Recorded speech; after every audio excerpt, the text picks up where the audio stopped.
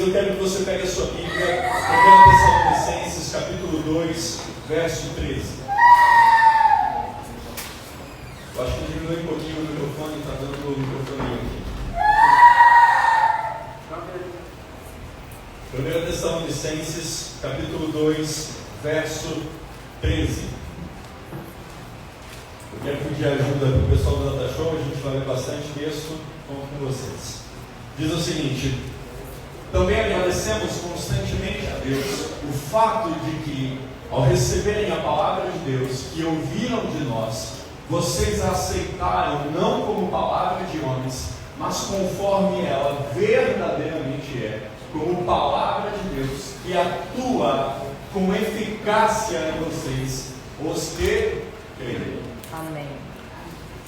Eu quero começar essa pregação, e eu usei esse texto para embasar, e nós vamos ler muitos textos, acerca de uma igreja que, ao ouvir a palavra que era de Deus, ela não somente ouviu essa palavra, mas ela recebeu como que de Deus.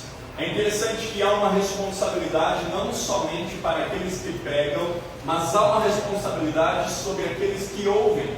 Nós seremos realmente cobrados, não só pelo que ensinamos, mas também pelo que ouvimos. Eu creio sim que todos aqueles que ministram a palavra de Deus, eles devem ser pessoas tementes ao Senhor, pessoas com seus corações inclinados à própria palavra de Deus, e sequer jamais podem anunciar algo sendo bíblico, se não for. Há uma grande responsabilidade sobre nós, mas muito também o texto bíblico fala de uma igreja que recebe o que é de Deus, sendo também de Deus. E é por causa dessa igreja que recebe o que é de Deus, sendo de Deus, é que acontece uma transformação. Existem pessoas que ouvem a palavra, não praticam a palavra e suas vidas não são transformadas. Veja, a pastora Ana ficou aqui um tempo conosco, compartilhando acerca de ensino sobre a área financeira. Alguns corações se fecham, mas são as mesmas pessoas que permanecem tempos em dívidas e não saem delas. Ou você obedece a palavra de Deus, ou as coisas acerca de Deus não acontecem na sua vida. Pastor, como que você afirma isso? Mateus capítulo 13, verso 23. Quanto à semente que caiu em boa terra, que é o caso daquele que ouve a palavra e a entende, este produz. Veja, quanto àquele que é a boa terra, não somente ouve, mas também produz. Ou seja, para alguém produzir, precisa ouvir e entender. Então, a igreja de Tessalônica, que o apóstolo Paulo estava falando, está dizendo: olha, eu me alegro com o que vocês receberam algo de Deus. Como que de Deus? Essa igreja precisa, e já está, mas cada vez mais, receber aquilo que é de Deus, como que de Deus, com o mesmo peso da palavra de Deus, obedecendo a palavra de Deus, pois é somente ouvindo, entendendo e praticando que você desfruta. Há dois tipos de pessoas: as que ouvem a palavra de Deus, saem dessa porta e suas vidas não são transformadas, e as que ouvem a palavra de Deus e têm uma transformação sobrenatural em suas vidas. Amém. Por que isso acontece? Porque uma delas foi que obedeceu, entendeu, desfrutou. Amém?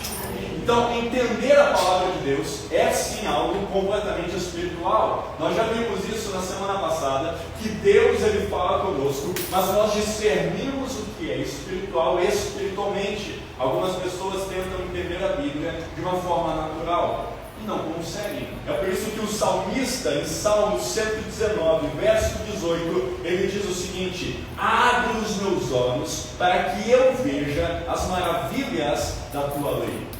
Ele está orando ao Senhor para que os olhos dele estejam abertos. É assim que nós devemos fazer. Nós devemos orar ao Senhor para que os nossos olhos estejam abertos e as escamas caiam. Se há algo da palavra de Deus que quando você ouve, te confronta, não é a palavra que você tem que mudar, é a sua vida que precisa mudar. Para que isso aconteça, você precisa orar ao Senhor para que os seus olhos sejam abertos. Até porque ninguém sabe tudo. Como que nós afirmamos que ninguém sabe tudo? Pode desligar esse retorno, gente, vai facilitar. Não resolveu, fechou, deu certo.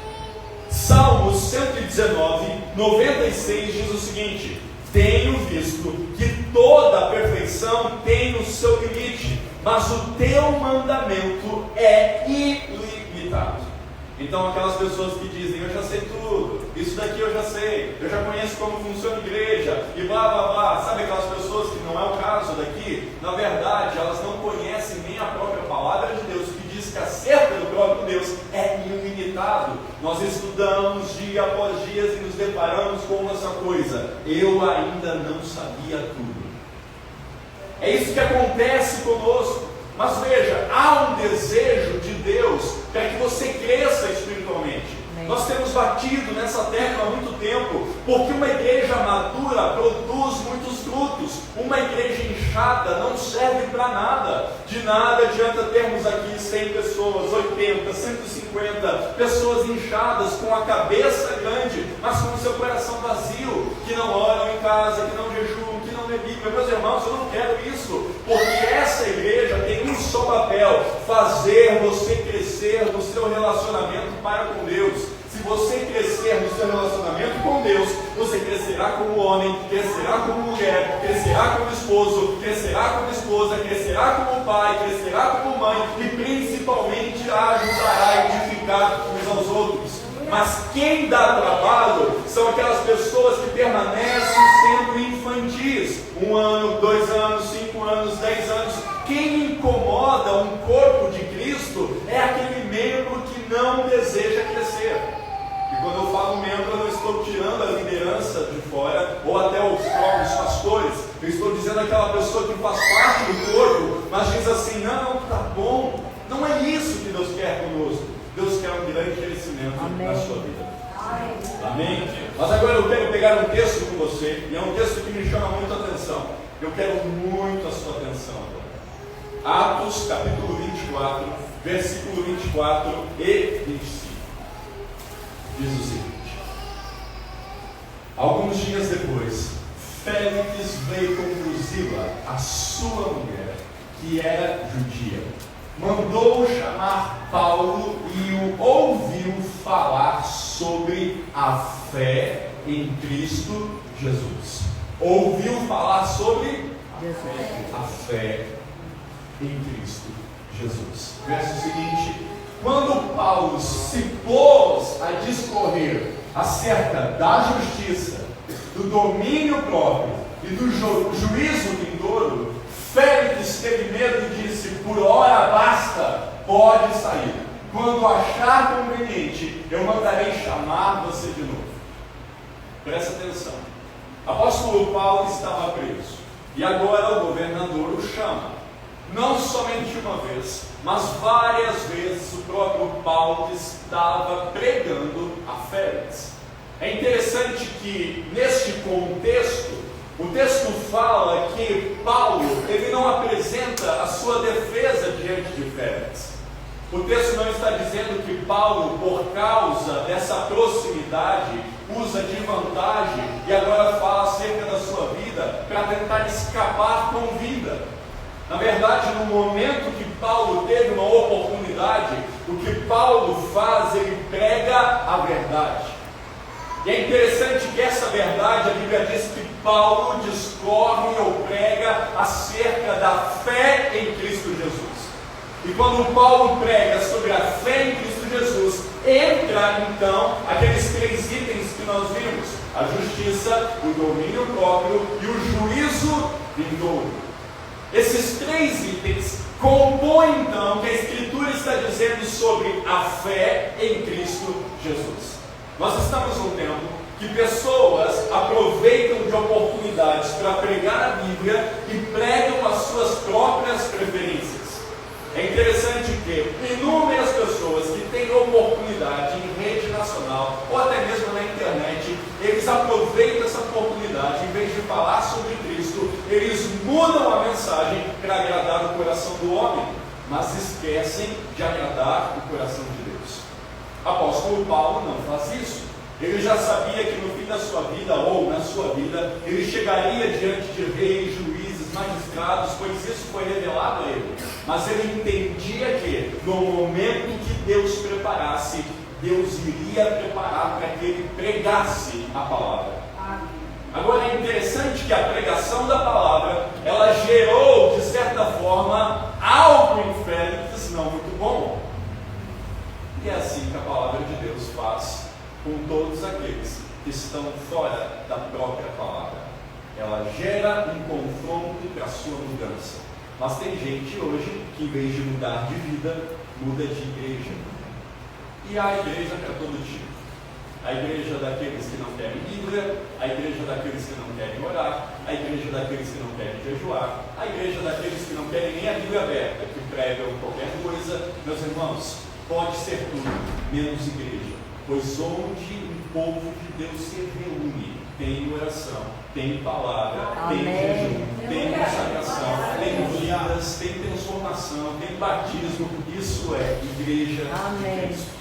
Agora, apóstolo Paulo, então, ele prega sobre justiça. Isso não é estranho para nós, porque todo o evangelismo, ele entra a justiça. Veja, é a primeira pregação que nós fazemos. Quando nós falamos de alguém ou para alguém que não conhece a Cristo, nós falamos sobre a obra do próprio Deus, que foi justa, que foi paga pelo próprio Cristo. A justiça de Deus foi satisfeita em Cristo na cruz do Calvário. Todos aqueles que não conhecem a Jesus precisam ouvir essa palavra, que Deus derramou doou o seu Filho para que todo aquele que nele crê não pereça, mas tenha vida eterna. Então não é escandaloso para nós lermos a Escritura e vemos que o apóstolo Paulo, no momento da pregação, ele fala sobre justiça. É óbvio que ele teria que falar, pois é isso que nós temos que anunciar. Você com a sua força não vai para o céu, você com as suas obras não vai para o céu, você com os santos de estimação não vai para o céu, você com a idolatria não vai para o céu, você com o benefício próprio não vai para o céu. Veja, isso é a justiça de Deus. Quem pagou o preço foi o próprio Cristo, e ele se entregou por nós. O preço já foi pago. Isso é a justiça. Mas não termina aí. A pregação do próprio apóstolo Paulo para Félix não engloba só este ponto, mas nós vemos que ele também fala sobre domínio próprio. Por que então o apóstolo Paulo falar sobre domínio próprio para Félix? Antes de falar sobre domínio próprio, não tem como eu chegar no domínio próprio sem antes anunciar o livre-arbítrio.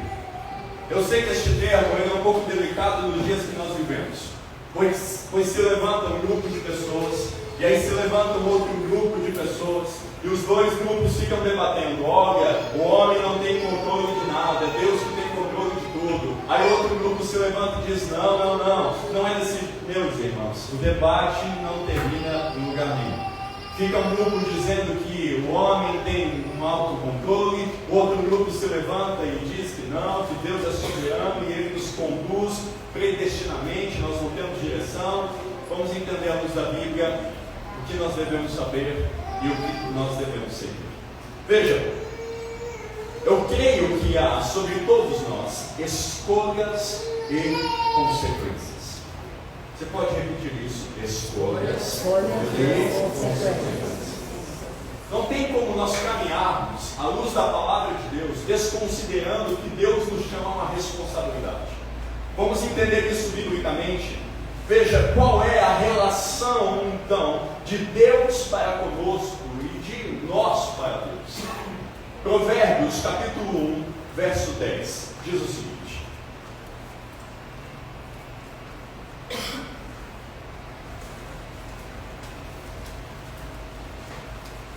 meu filho, se pecadores tentarem seduzi-lo, não ceda. Veja, agora nós vamos entrar então naquilo que Deus chama, ou nós podemos entender, do que é esse livre-arbítrio, do que é então essas escolhas e consequências que todos nós temos. Pois se você compreender isso, você vai parar de culpar quem não tem culpa, você vai parar de justificar o que não há justificativa, você vai entender de fato que é você e você não faz. Agora veja o que diz Gênesis, capítulo 2, verso 16 e verso 17. Vocês estão comigo? Amém. E os Senhor Deus ordenou ao homem: coma livremente de qualquer árvore do jardim. Verso 17: mas não coma da árvore do conhecimento do bem e do mal, porque no dia em que comer dela, certamente morrerá. A ordem de Deus para a sua criação é uma ordem completamente clara de se entender. Na verdade, eles poderiam desfrutar de tudo, mas havia algo que eles não poderiam comer. É Deus dizendo: você pode isso, mas isso você não pode. Você pode, mas isso daqui você se abstém. É muito claro sobre isso, mas nós entendemos biblicamente que não é isso que acontece. Em vez de se afastar daquilo que Deus diz, nós vemos que foram seduzidos pela serpente, e eles fazem exatamente ao contrário do que a Bíblia está dizendo, e houve então uma consequência sobre a humanidade. Gênesis capítulo 3, nós vemos isso. Gênesis 3, verso 16 e verso 17. A mulher, ele declarou: multiplicarei intensamente as suas dores de parto. Com dores você dará à luz filhos. O seu desejo será contra o seu marido, mas ele a dominará. 17. Finalmente declarou ao homem: visto que você deu ouvidos à voz da sua mulher e comeu da árvore do qual eu ordenei a você que não comesse, maldita é a terra por sua causa, e com dores você comerá dela todos os dias da sua vida. A mensagem, então, que nós compreendemos biblicamente é que há um Deus sobre nossas vidas, que Ele nos deu essa liberdade de escolhas. Eu não consigo compreender, na minha pequena mente, um Deus que a Bíblia chama que é amor, não que possui, mas que é amor, aprisionando pessoas e lidando com pessoas como se fossem marionetes. Não consigo encaixar na mesma teologia um Deus que predestina as pessoas para irem ao inferno, como tem gente que prega aí. É um absurdo isso. Eu não consigo entender um Deus que é amor, mas que diz: olha, eu gostei do Sandro, mas ele não vai para o céu. Isso é impossível. O que nós vemos biblicamente é um Deus que sim, nos deu direito de escolher, e as nossas escolhas acarretam consequências. Eu sei, e volto a falar que há uma disputa teológica sobre isso, mas não há como conceber biblicamente um Deus que predestina as pessoas ao inferno. Isso é um pecado gravíssimo, porque a Bíblia diz que todos pecaram, mas que Deus deu a Cristo, seu Filho, para que todo aquele que nele crê, ou seja, o sacrifício de Jesus é suficiente para mudar a vida de todos os que creem. Deus não está dizendo: olha, eles pecaram e apesar do pecado separar, será para sempre assim. Não é isso que a Bíblia diz. Pelo contrário, a Bíblia diz que todos os pecados estão afastados de Deus, mas foi Cristo que nos reconciliou, e agora quem está em Jesus pode orar e Deus responde, pode jejuar e Deus quebranta, pode ofertar e Deus honra as sementes. Veja, o que a Bíblia está dizendo não é um Deus distante que nos conduz como marionetes, mas é um Deus que de fato deseja que, ainda que tenhamos escolhas, nós possamos ter escolhas baseadas na palavra de Deus. Você entende até aí? Diga amém. Amém. Como então lidar com isso? É interessante um texto das Escrituras que é tão conhecido, Deuteronômio capítulo 30. Esse texto quebra qualquer argumento. Deuteronômio capítulo 30, verso 15 ao 19. Olha esse texto. Vejam que hoje eu ponho diante de vocês vida e prosperidade, ou morte e destruição. Verso seguinte: pois hoje eu ordeno a vocês que amem ao Senhor seu Deus, andem nos seus caminhos e guardem os seus mandamentos, estatutos e ordenanças. Então vocês terão vida e aumentarão em número, e o Senhor seu Deus os abençoará na terra em que vão entrar, para dela tomar posse. Verso 17: se todavia o seu coração se desviar, e vocês não forem obedientes, mas se deixarem levar, prostrando-se diante de outros deuses para adorá-los. Eu hoje declaro a vocês que, sem dúvida, vocês serão destruídos. Não viverão muito tempo na terra em que vão entrar para dela tomar posse, depois de atravessarem o Jordão. Verso 19.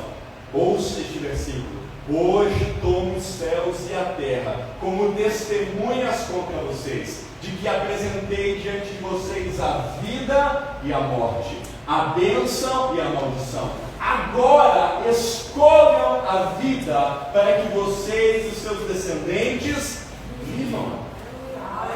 Eu coloquei sobre vocês vida e morte, prosperidade ou destruição. Escolha, pois, a vida para que você esteja abençoado e a sua descendência seja abençoada. Veja, a palavra de Deus é que nós devemos seguir, mas nós não podemos entender que não temos uma liberdade de escolhas.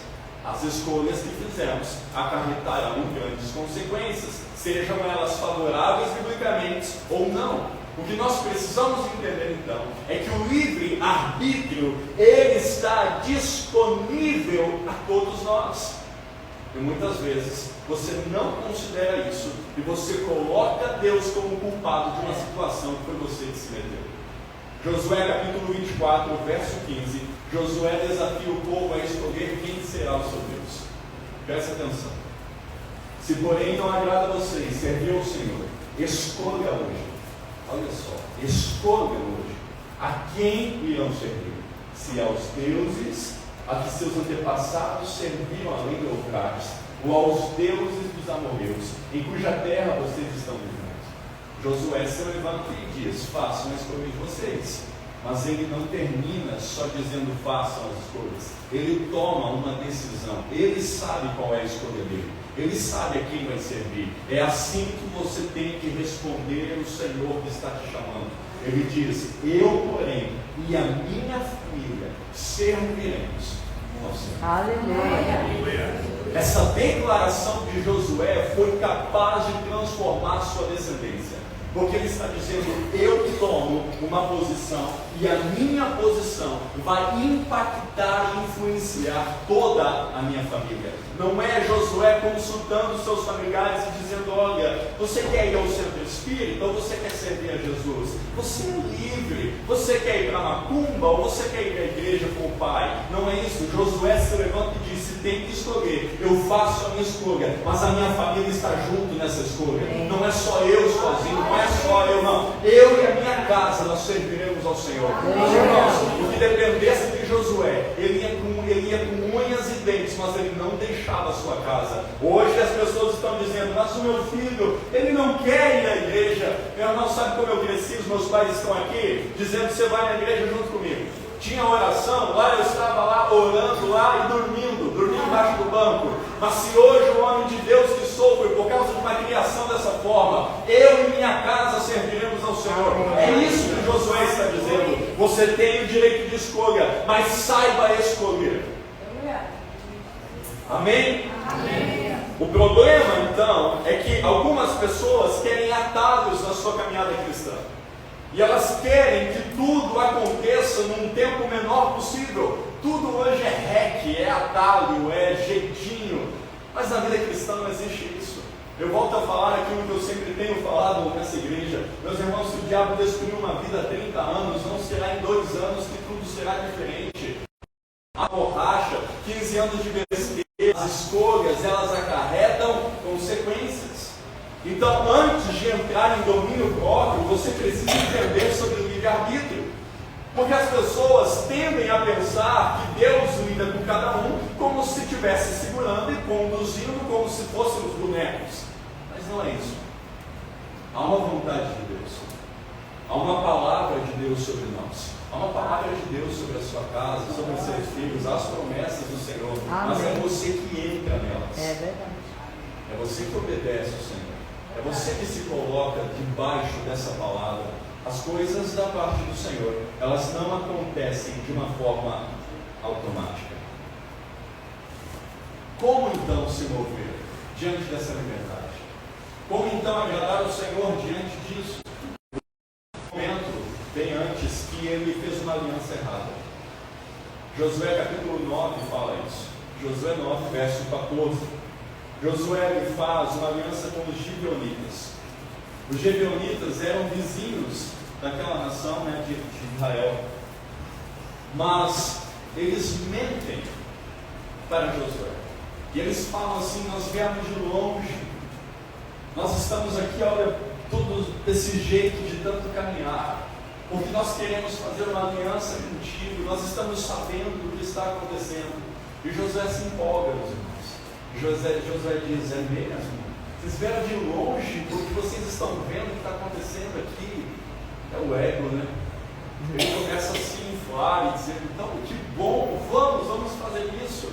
Mas olha o que a Bíblia diz: os israelitas examinaram as provisões dos hebreus, mas não consultaram o Senhor.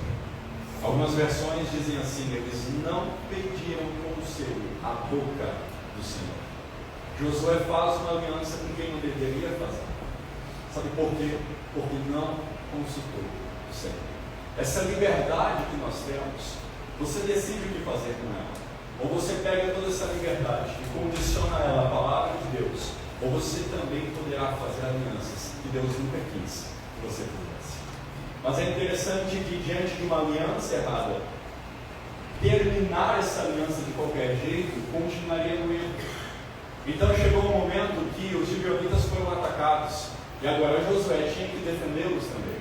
E Josué não se abstém disso, e não diz assim: eu fiz uma aliança errada, agora que se lasque tudo. Josué não faz isso, ele honra isso, ele tem responsabilidade no que ele fez. Às vezes nós fazemos algumas besteiras na nossa vida, até por falta de conhecimento bíblico. Eu quero entender que grande parte dos nossos erros foi por ignorância, e não por saber e não obedecer. E muitas vezes tomamos decisões erradas, nos alinhamos com pessoas erradas, levamos pessoas em nossas casas que jamais deveríamos. Eu errei também dessa forma. Não está aqui alguém apenas apontando os dedos para vocês, mas eu me coloco junto. Inúmeras vezes nós nos relacionamos com quem não poderíamos, abrimos o coração com quem jamais poderíamos. Isso faz parte, mas o grande desejo de Deus é o que nós faremos após cometer esses erros.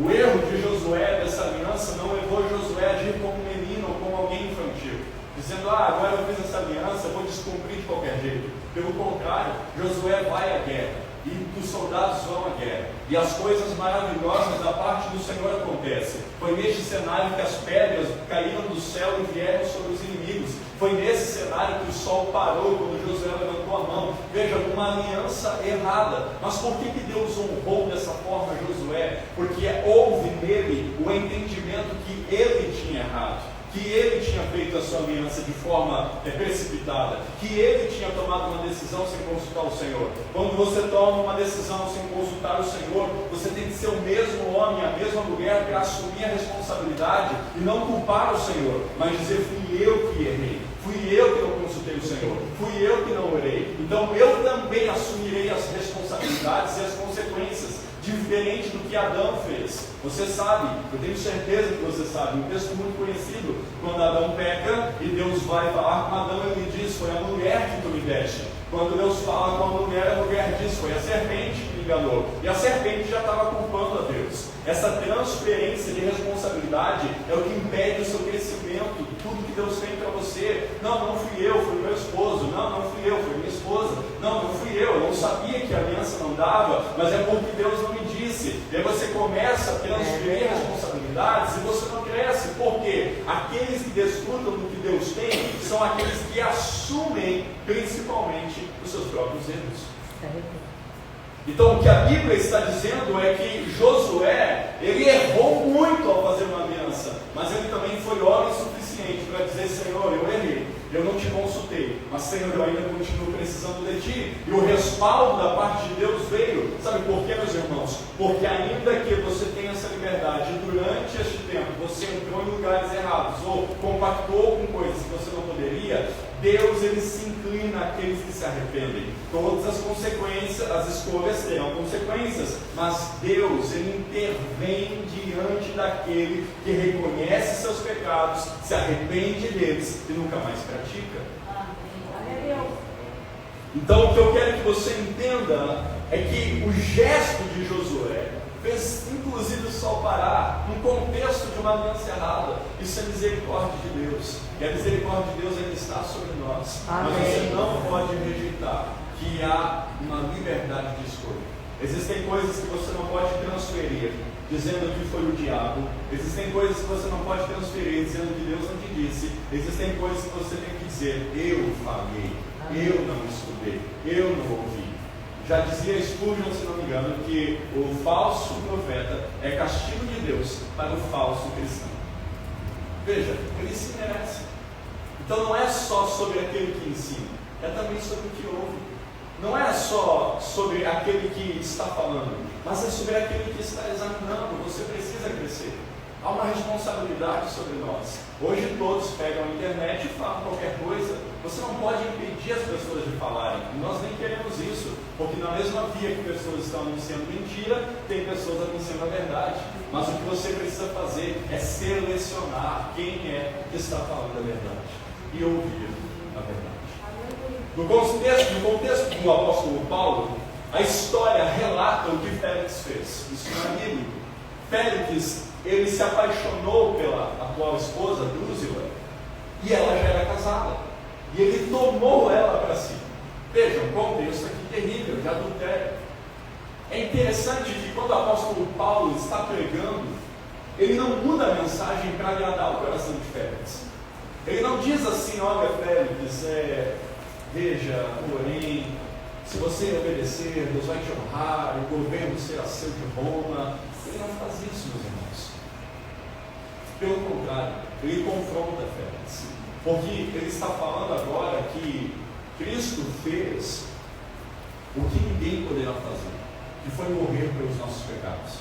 Mas agora também nessa pregação, o próprio Félix está ouvindo de Paulo sobre domínio próprio. E domínio próprio é algo que é tão negligenciado hoje, porque as pessoas costumam dizer, né, a síndrome da Gabriela: nasci assim, vivo assim, vou morrer assim. E o diabo gosta disso. Mas é interessante que as pessoas que se encontram com Jesus, elas não permanecem assim, nem morrem assim, mas são transformadas. Nunca mais são as mesmas. O contexto então do apóstolo Paulo, ele está confrontando, e ele não está oferecendo um evangelho fácil. E é isso que eu quero que essa igreja compreenda. A palavra de Deus, ela vai gerar desconforto no seu coração. Se não gerar desconforto, desconfie da palavra que é pregada. Ela vai mexer contigo assim como mexe comigo. A palavra de Deus nos inquieta, meus irmãos. Por quê? Porque nós estamos muito distantes daquilo que Deus quer para nós. Então é normal a palavra de Deus mexer, principalmente com o nosso ego, com as nossas preferências, destronar alguns ídolos que nós colocamos no coração. A palavra de Deus faz isso. O apóstolo Paulo fez exatamente o que o homem de Deus tinha que fazer. Ele prega. E é interessante que quando ele prega, Félix se incomoda e diz: olha, eu não suporto mais, agora deu, eu vou, mas se convém, quem sabe um dia eu volto a te chamar e você continua me falando. Era interessante que Félix gostava dos ensinos, se aproximava de Paulo, mas Paulo jamais utilizou isso. Amigo, amigo, amizade, amizade, mas jamais pode mudar a palavra de Deus por causa disso. Amém, gente? Amém. Então você que está nessa casa, não se entristeça quando alguma coisa da própria palavra de Deus confrontar você. Saiba que você está sendo bem alimentado. O diabo, ele não pode entrar na vida de alguém sem uma legalidade, sem alguma brecha. Algumas pessoas, elas tendem a terceirizar toda a responsabilidade para o próprio diabo. Eu não estou colocando o diabo como santo, até porque ele sim é o inimigo de nossas almas e não brinca de ser diabo. Então aquele papo dizendo que o diabo é fraquinho, que não sei o que, isso é uma mentira. Ele sim tem força, e ele só não ganha do próprio Cristo, que já o derrotou. Mas a igreja que se atreve não estar em Cristo, certamente ela sofrerá muito em mexer com alguém que é poderoso somente menos do que o próprio Senhor. Então, culpar o diabo, ou colocar o diabo como se fosse o centralizador de todos os seus fracassos e erros, isso aí é uma desculpa. Não digo que ele não teve interferências, mas jogar tudo para ele e tirar a sua própria vida da situação é muita infantilidade. Porque as pessoas utilizam do que é espiritual para justificar muito das suas negligências que são naturais. Veja, alguém que não se cuida, só come besteira, toma refrigerante 2 litros todos os dias e aparece com um câncer, não pode dizer que Deus fez isso. E nem tampouco dizer também que o próprio diabo veio com o espírito de enfermidade pura. A pessoa não se cuidou.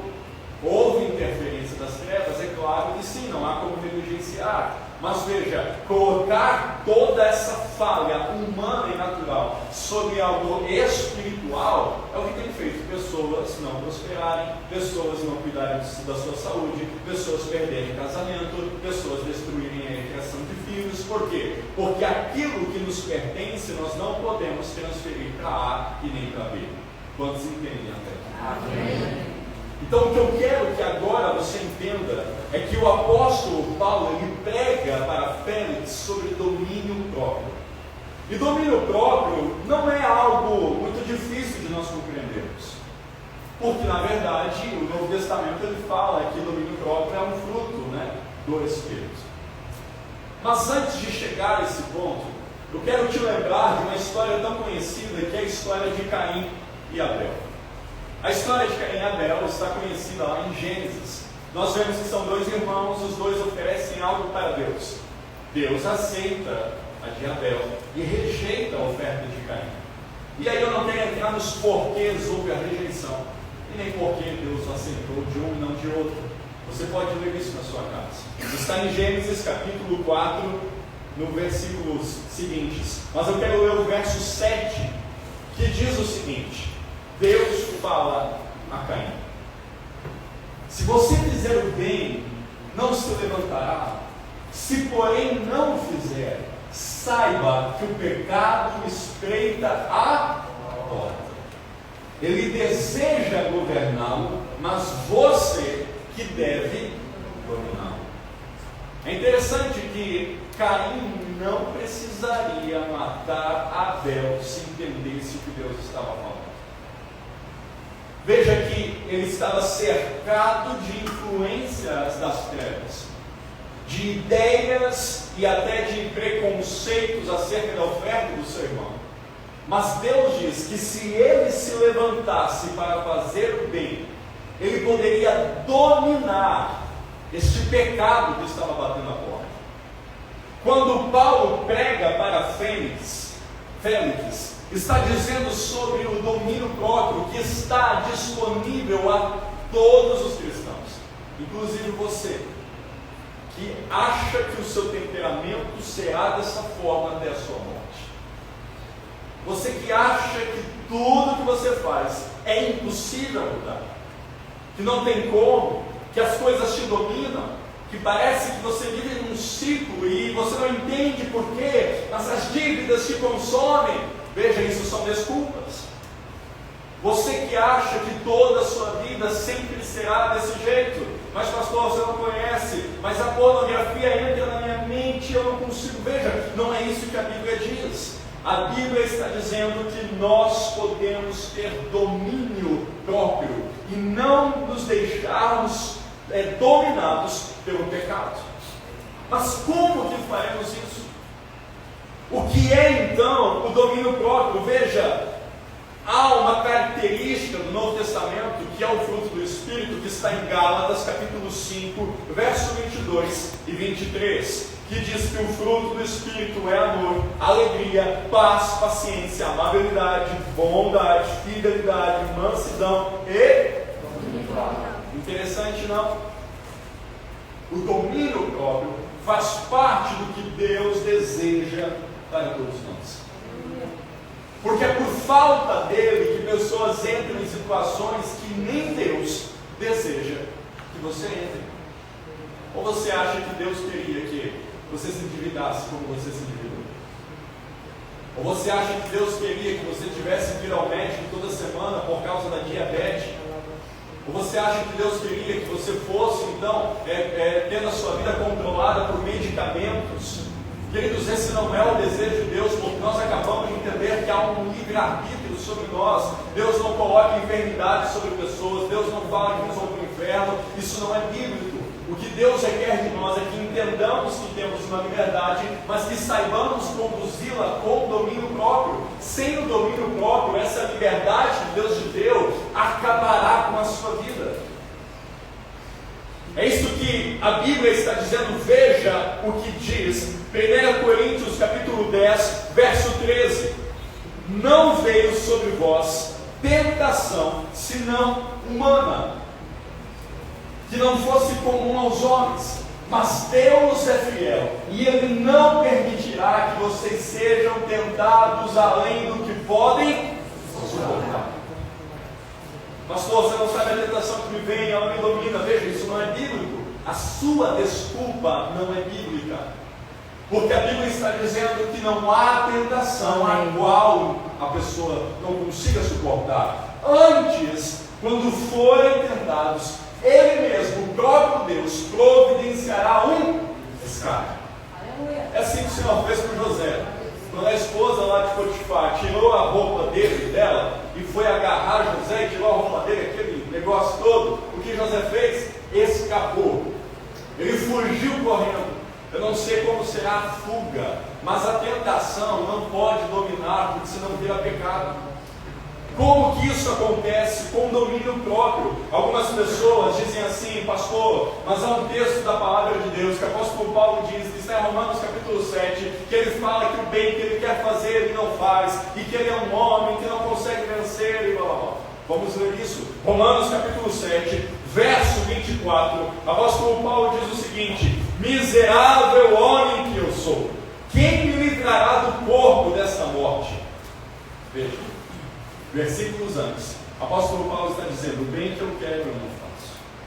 Ele está se colocando agora nessa situação de miserável homem que ele é. Só que o texto não termina aí, meus irmãos. Amém. O texto não termina dizendo que você não conseguirá vencer. Amém. O texto não termina dizendo que sua vida não será transformada. O texto não diz que agora é assim e será assim para sempre. O texto não está dizendo que quem foi viciado ou ainda tem seus vícios não pode vencer. O texto não está dizendo que aquele que sempre foi endividado, esse sempre será eternamente. Não, isso é uma mentira. O texto está dizendo no verso 25: mas, graças a Deus, por Jesus Cristo nosso Senhor, de modo que com a mente eu, o próprio servo da lei de Deus, mas com a carne eu sou escravo da lei do pecado. Talvez você não entendeu. O apóstolo Paulo chegou no fundo do poço quando ele está dissertando isso. E ele diz: olha, o bem que eu quero eu não faço, eu não consigo sequer então pensar nas coisas que são de Deus. Ele está falando sobre a sua natureza caída, mas chega no verso 25, ele diz: mas graças a Jesus Cristo, Ele em mim me dá vitória sobre o pecado. Isso é tão interessante que Romanos capítulo 8, verso 1 diz exatamente isso que eu disse. Romanos 8, verso 1. Portanto, agora já não há condenação para os que estão em Cristo Jesus. Verso 2. Porque em Cristo Jesus a lei do Espírito da vida libertou você da lei do pecado, da morte. O texto bíblico não termina com um homem derrotado, vencido pelo pecado, mas o texto está dizendo: olha, eu de mim mesmo, com a minha própria força, com a minha natureza, jamais conseguirei vencer essa tentação, mas graças a Jesus. É isso que o texto está dizendo. Graças a Ele, que me tira dessa vida de pecado e me faz andar em novidade de vida. Aleluia. Então há algo sobre nós que eu quero que você entenda, que é o domínio próprio. Amém. Você tem uma liberdade, mas agora você precisa entender como lidar com essa liberdade, porque nós já estamos vendo aqui biblicamente que Deus fala conosco. Só que além da voz de Deus, você tem a voz do diabo e a sua própria voz, a sua alma. Como lidar com isso tudo? Nós vimos semana passada que onde Deus fala é com o nosso espírito. É por isso que igreja é importante. Quem fala que igreja não é importante já está afastado, porque não consegue ouvir a palavra de Deus. Agora, além disso, Efésios capítulo 4, verso 27, a Bíblia vai dizer o seguinte: não deis lugar ao diabo. Amém. Então é interessante que agora nós compreendemos que há uma liberdade sobre nós, mas o apóstolo Paulo diz sobre o domínio próprio, e este domínio próprio entra o que agora Paulo também diz aos Efésios: vocês não podem dar lugar ao diabo. Gente, tem gente que dá lugar ao diabo. Como que se dá lugar ao diabo? Emprestando o ouvido para o diabo, emprestando a boca para o diabo, emprestando a mente para o diabo, se alimentando do que o diabo dá. É assim que você dá lugar ao diabo. Veja como isso acontece. É quando você assiste um filme e você torce para o vilão. Como isso acontece? É quando você está vendo uma série e você acha normal o trisal. Um homem e uma mulher, um homem e duas mulheres, dois homens e uma mulher e por aí vai. Ou quando você assiste algo e você acha normal agora os transgêneros. Você está dando lugar ao diabo. Você não está mais ouvindo o Espírito Santo. Sequer você entende que isso é fora biblicamente. Já está normal, e o normal não é o normal do que a Bíblia diz. Então, dar lugar ao diabo é você emprestar os seus sentidos para que o diabo ataque. Os teus olhos, os teus ouvidos. A Bíblia diz que o diabo também tem seus filhos. Como que tem? Aqueles que são mentirosos têm de como vós o seu pai, que é o diabo. Então, se há nessa terra os filhos de Deus, saiba você que também tem pessoas que o pai é o diabo, são os mentirosos. Quando você empresta o seu ouvido a quem não é filho de Deus, saiba que você está emprestando a quem pode ser filho do diabo. Mentiroso. Veja, você dá lugar ao diabo quando você fofoca. Eu tenho falado em algumas reuniões e volto a falar hoje agora. Veja, essa igreja a gente não permite jamais fofoca. Se eu souber de alguém que está falando algo que eu poderia tomar uma decisão, mas não falar para mim, isso é fofoca. Tem que chegar aos ouvidos de quem pode resolver. Porque se não chega aos ouvidos de quem tem a resolução, é fofoca, meus irmãos. Não é comentário, nem motivo de oração. É fofoca. A fofoca termina em quem pode resolver. Amém. Então as pessoas eu falo assim: não, você tem que chegar até mim mesmo, você tem que me falar. O que a gente pode resolver, a gente pode decidir. Mas quando não chega, é aí que destrói as vidas. Fica um falatório e as pessoas sabem da vida de todo mundo. Isso é terrível. Dar lugar ao diabo. Então se Deus fala, o diabo também fala. E ele fala inúmeras vezes de uma forma muito sutil, você vai aceitando como se fosse normal. Agora, eu quero que você compreenda que quem não tem domínio próprio é um homem como uma cidade sem muros. Eu não estou falando isso da minha boca, eu estou dizendo isso que a palavra de Deus diz. Provérbios, capítulo 25, verso 28. Diz assim: Provérbios, Cristo, como a cidade com os muros derrubados, assim é quem não sabe dominar-se. Então, o domínio próprio não está alocado a gente. Mas Pedro faz duas perguntas para Ananias. A primeira pergunta que Pedro faz a Ananias é: Ananias, por que você mentiu ao Espírito Santo? Veja, o ato de ofertar que Ananias teve foi uma influência do próprio Deus. Porque ofertar, isso vem de Deus, da generosidade e liberalidade. Aí Pedro pergunta para Ananias: por que você mentiu ao Espírito Santo? Só que depois disso, o próprio Pedro também fala para Ananias e diz assim: Ananias, por que você permitiu que Satanás enchesse o seu coração?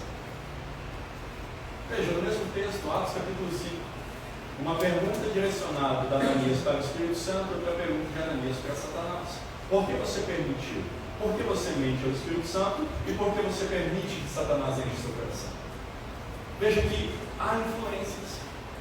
E essas influências, se você não ter o domínio próprio, podem te levar à destruição. Você precisa ser um homem, uma mulher conduzido pelo próprio Espírito Santo, e jamais por Satanás. Mas além do Satanás, nós vemos Provérbios capítulo 1, verso 10. E eu quero que coloque de novo esse texto. Porque além do próprio diabo, nós temos também pessoas que podem interferir. Meu filho, se pecadores tentarem seduzi-lo, que você não ceda. E essas são as propostas que nós recebemos todos os dias, pessoas que querem nos tirar do propósito de Deus.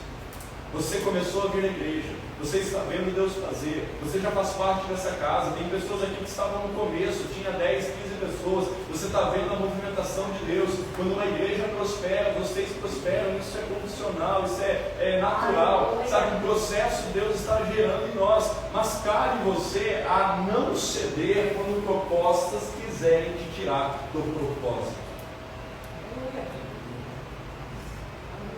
Isso é terrível. Porque pessoas não desfrutam de tudo que Deus tem porque estão se opondo ao que o próprio Deus tem quando recebem propostas e fogem do propósito. Meus irmãos, Deus tem propósito para nós. Então, todas as escolhas têm consequências. Amém.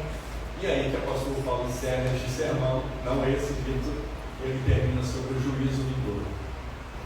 Algumas pessoas falam assim: pastor, a Bíblia ela é terrível, né? Ela assusta. Não, a mensagem de salvação é maravilhosa. A consequência dos perdidos que são terríveis. Mas nós não podemos tirar textos da palavra de Deus.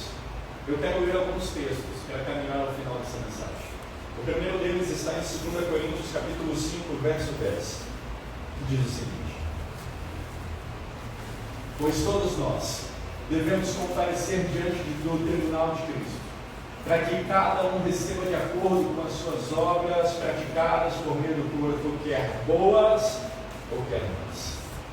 Não só esse texto, mas Hebreus capítulo 4, verso 13, vai dizer algo que aí você precisaria voltar a ter temor a Deus. Diz o seguinte: nada em toda a criação está oculto aos olhos de Deus. Isso é tremendo. Tudo, porém, está descoberto e exposto diante dos olhos daquele a quem havemos de prestar contas. Aquele que engana pode enganar muitos por muito tempo, mas jamais engana aquele a quem haverá de prestar as contas. Eu ouvi de um pastor amigo meu, ele falou o seguinte: Marlon, toda igreja que ora dificilmente terá muitos problemas graves de situações com pessoas. Eu perguntei: por que, pastor? Ele falou o seguinte: porque o próprio Deus revela na oração o que está acontecendo. E é interessante que o que a Bíblia agora está falando para nós é que haverá uma prestação de contas. E essa consciência não pode ser perdida das nossas mensagens hoje. Porque parece que há uma geração que estão vivendo como donos do seu próprio nariz, e isso não existe, fazendo de suas vidas o que tanto deseja, mas isso é engano e mentira. Porque haverá de prestar de contas. O próprio Salomão, quando escreveu Eclesiastes, no capítulo 12, ele fala acerca disso. Olha que interessante, Eclesiastes, no capítulo 11, do 9 ao 10. Ele diz sobre essa geração mais nova: alegre-se, jovem, na sua mocidade. Seja feliz, jovem, no seu coração, nos dias da sua juventude. Ande pelos caminhos do seu coração e conforme tudo que agradar aos seus olhos. Olha que vida fácil, né? Como se isso fosse maravilhoso. Mas veja, mas saiba que por todas essas coisas Deus o trará a julgamento. Vai lá, faça o que você quiser. Lembra da liberdade que eu iniciei essa mensagem? Ela existe. Não tem como você dizer que não. Faça o que está no seu coração. Mas a mesma Bíblia diz que o coração é enganoso. E Deus agora está dizendo para nós que as consequências, elas virão. Seja neste tempo ou não neste tempo, mas elas virão. E é interessante que o próprio apóstolo Paulo fala isso a Timóteo, sobre os pecados e o juízo dos pecados. 1 Timóteo capítulo 5, verso 24, diz o seguinte: os pecados de alguns homens são manifestos, precedendo o juízo, e alguns manifestam-se depois. Essa versão é mais fácil. Os pecados de alguns, eles são evidentes, mesmo antes de serem submetidos a julgamento. ao passo que os pecados de outros se manifestam posteriormente. Ou seja, existem pessoas que estão no pecado e permanecem no pecado achando que nada está acontecendo, mas esse é um grande erro, porque seja depois o juízo, a consequência terá. Se nós tivéssemos uma tabela do pecado e consequência, tudo seria mais fácil, nós olharíamos para a tabela, fugiríamos das consequências terríveis, mas não é assim que funciona, e a Bíblia nem trata desse jeito. A Bíblia está dizendo que o pecado, ele tem suas consequências. Não somente o pecado, mas as suas escolhas têm as suas consequências. Meus irmãos, nós queremos viver tudo que Deus tem para nós, mas para isso precisamos escolher o caminho de Deus, a vontade de Deus, o território que é de Deus, a área que é de Deus, a palavra que é de Deus. Você não pode querer algo de Deus no território do diabo. Isso não existe, é impossível. Mas não só esse texto, e agora sim eu encerro, Mateus capítulo 7, verso 21 ao 23. Esse texto apavora a gente. Nem todo aquele que me diz Senhor, Senhor, entrará no reino dos céus. Mas aquele que faz a vontade do meu Pai está. Isso é um alívio diante de todas as atrocidades que nós vemos, mas é uma responsabilidade diante de todos que estão. Verso 22. Muitos me dirão naquele dia, Senhor, Senhor, nós não profetizamos em Teu nome, em Teu nome não expulsamos demônios e não realizamos muitos milagres. 23. Então eu lhes direi claramente, nunca os conheci. Afastem-se de mim, vocês que praticam a iniquidade.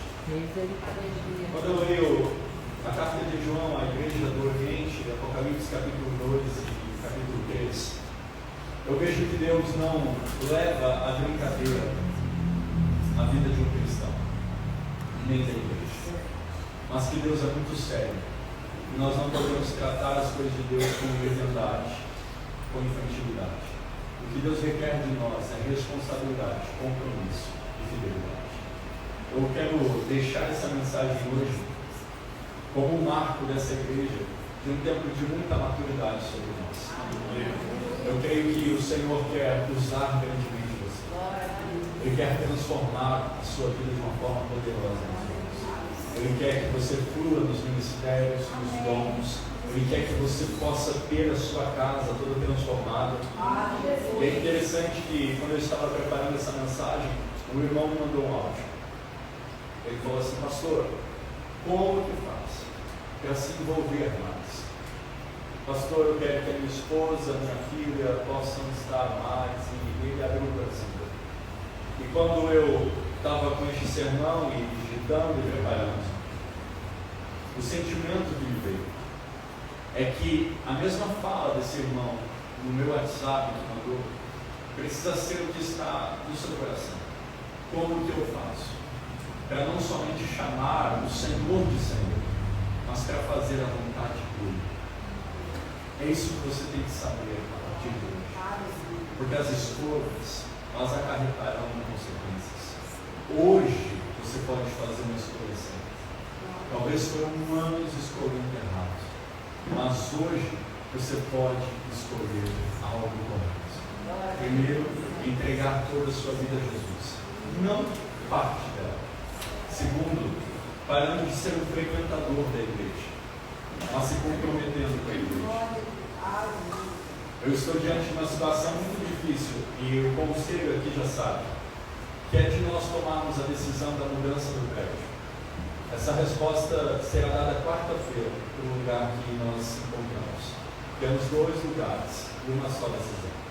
Hoje eu falava para minha esposa, eu falava: amor, a partir de amanhã eu jejuo, não vou comer nada, vou ficar esses 3 dias no quarto, jejuando e orando, porque há um temor de Deus em não errar, e não dar um passo, por mais bonito que seja, mas nós não podemos dar um passo que não seja um passo do Senhor.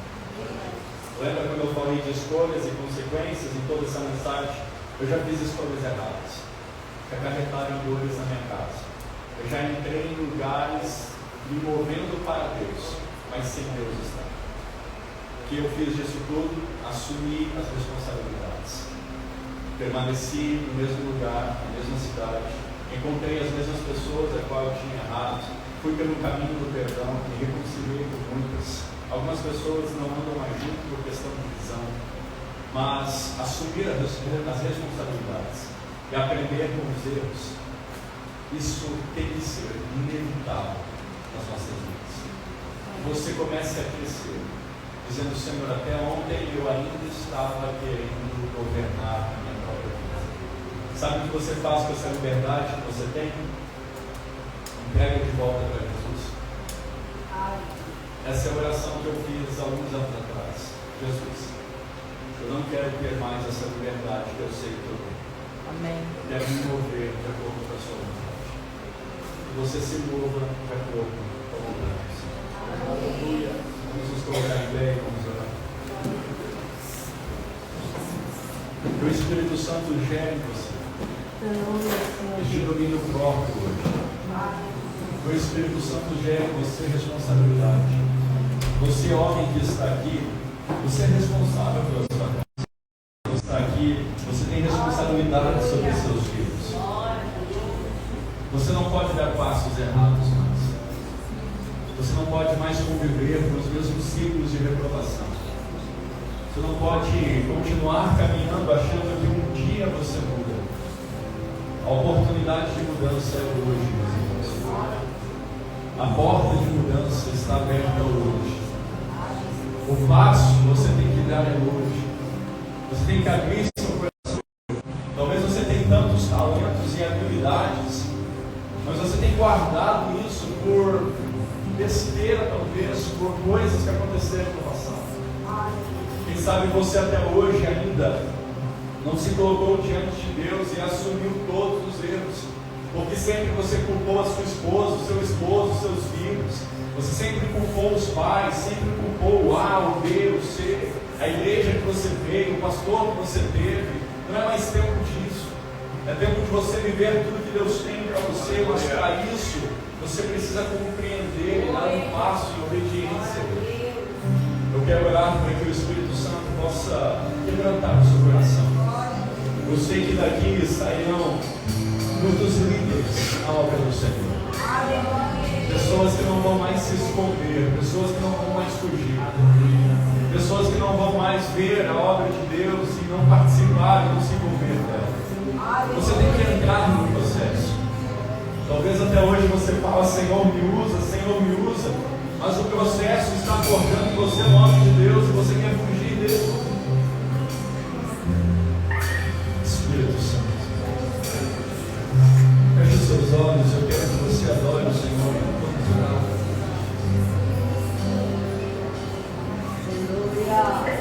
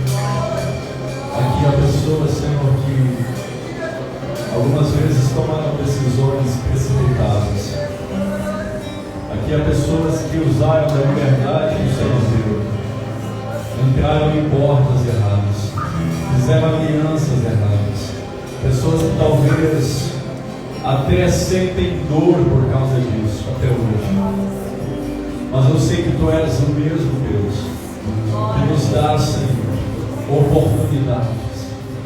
E sobre cada pessoa que está aqui,